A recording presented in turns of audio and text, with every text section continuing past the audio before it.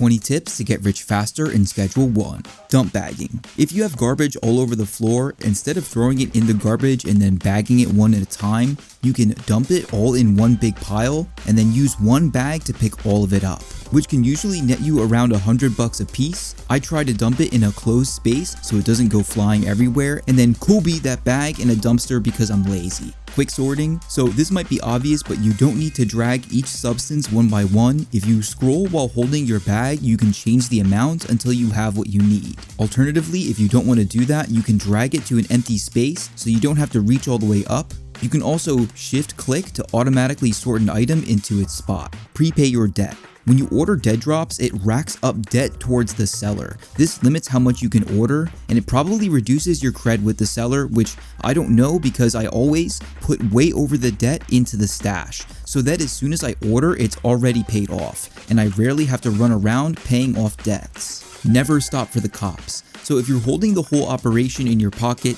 and a cop tries to stop you, just run. It will trigger an arrest, but these guys are slow as fuck. The cops do have tasers, but if you keep running and then hide until your bar stops, you will definitely be fine. I've been playing this game since release and I've never been arrested. Save all the time. If you're ever going to lose a ton of progress, you can just quit and reset to your last save. To make this work, anytime you're going to leave the house, especially if you're holding good stuff, just hit the save and then run. You can't do this in multiplayer, so try not to have any friends. Rush the botanist. So once you unlock the warehouse, you can hire people to save yourself time, especially if you're playing solo. The best one by far in the early game is the botanist, because growing is your biggest bottleneck. If you don't have green, you can't make green. I don't buy resoilers or water automators because they each cost as much as this lady's whole wage. You buy her a bed, assign her a supply, dump a ton of soil and seeds in there, assign her 8 pots, that's the max, assign those pots to a destination, give her an extra shelf, and she fills that thing up so quickly, giving you time to level up. Jars over bags. So once you reach the mid game before the other substances, you'll have a ton of flour, so the best way to store it is in jars of 5. Otherwise, you will always run out of space. This also allows you to give dealers a ton of flour at once. The problem is that people will order in amounts other than 5. So instead, we can use counter offers. When a client places an order, you can change it like to a multiple of 5 and then change the price accordingly. The problem is that sometimes they will reject your order, so just go beat them up, but don't do that. When you finish an order, you can check the client's familiarity. If someone is maxed out, they're way less likely to reject you, so sometimes you can just wait to do this. You can also see this in the contacts page, but either way, I always keep a ton of jars and a set of 20 bags on me at all times.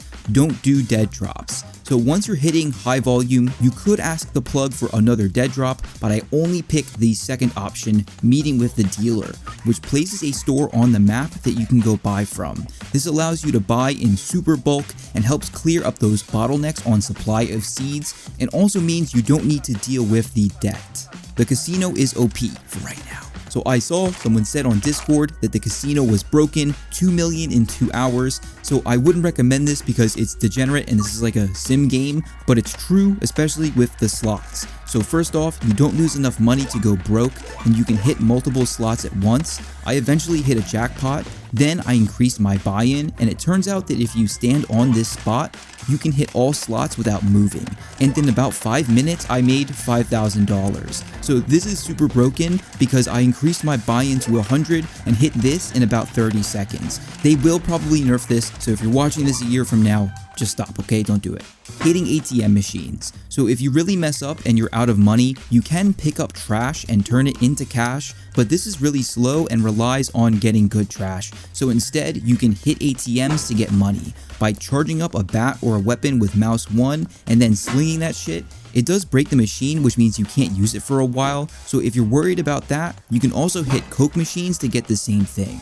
Rushing dealers. So one of the best mechanics in the game are dealers. They take product and sell it automatically. They can also sell things that you've already delisted. The problem is that they're locked behind connections, which you can see in the contacts tab. To get them more quickly, find one of the connections in the real world and make a good deal with them even if they haven't placed an order. If you do this a few days in a row, you can get them to friendly and it unlocks the next dealer.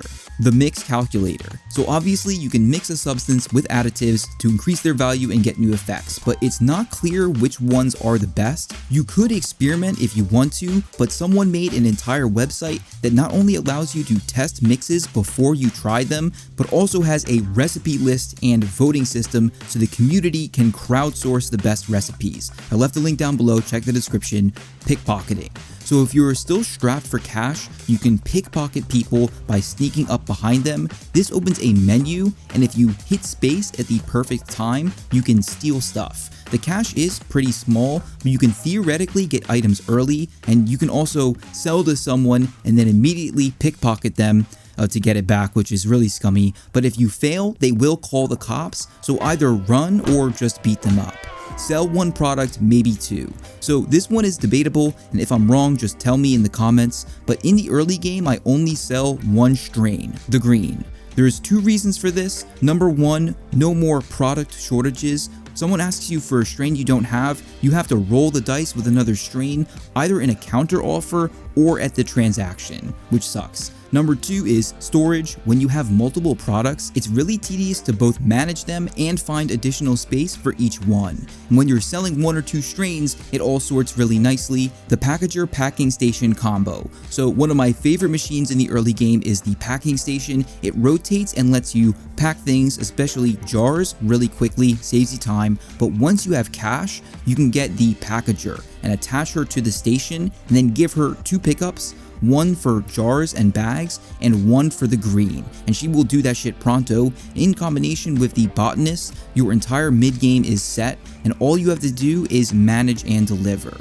Switch to crystal ASAP. So as soon as you start selling the crystal, you are going to literally fill with orders because the substance is super addictive and can charge for almost double the price. While it's possible to make more money with mixed green at the beginning, similar recipes will increase the value of crystal way more. The only problem is that it takes way longer to make. Ideally, you'll get multiple cooking stations and chemists set up so you can pump it out quickly. Bypassing checkpoints. If while on foot, you need to, for some reason, move stuff through a checkpoint over a short period of time, you can pass through the first time with nothing, then when you go back through the checkpoint, they won't stop you. This probably has a time limit, so don't stretch it, but you can of course just get around the checkpoint through this ditch, making this useless. Don't kill cops. If for some reason you decide to chop up a cop, it instantly triggers wanted, dead, or alive. But if you do, make sure all the cops in the area also die, because otherwise they will kill you. Finding people for multiplayer. You will progress so much faster with other people, so you can divvy up tasks and grow faster. There's no disadvantage to this, but if you need to find people, the Schedule 1 Discord has a Find a Buddy channel where you can meet new people. Just please don't beg for someone to buy you the game. It's lame.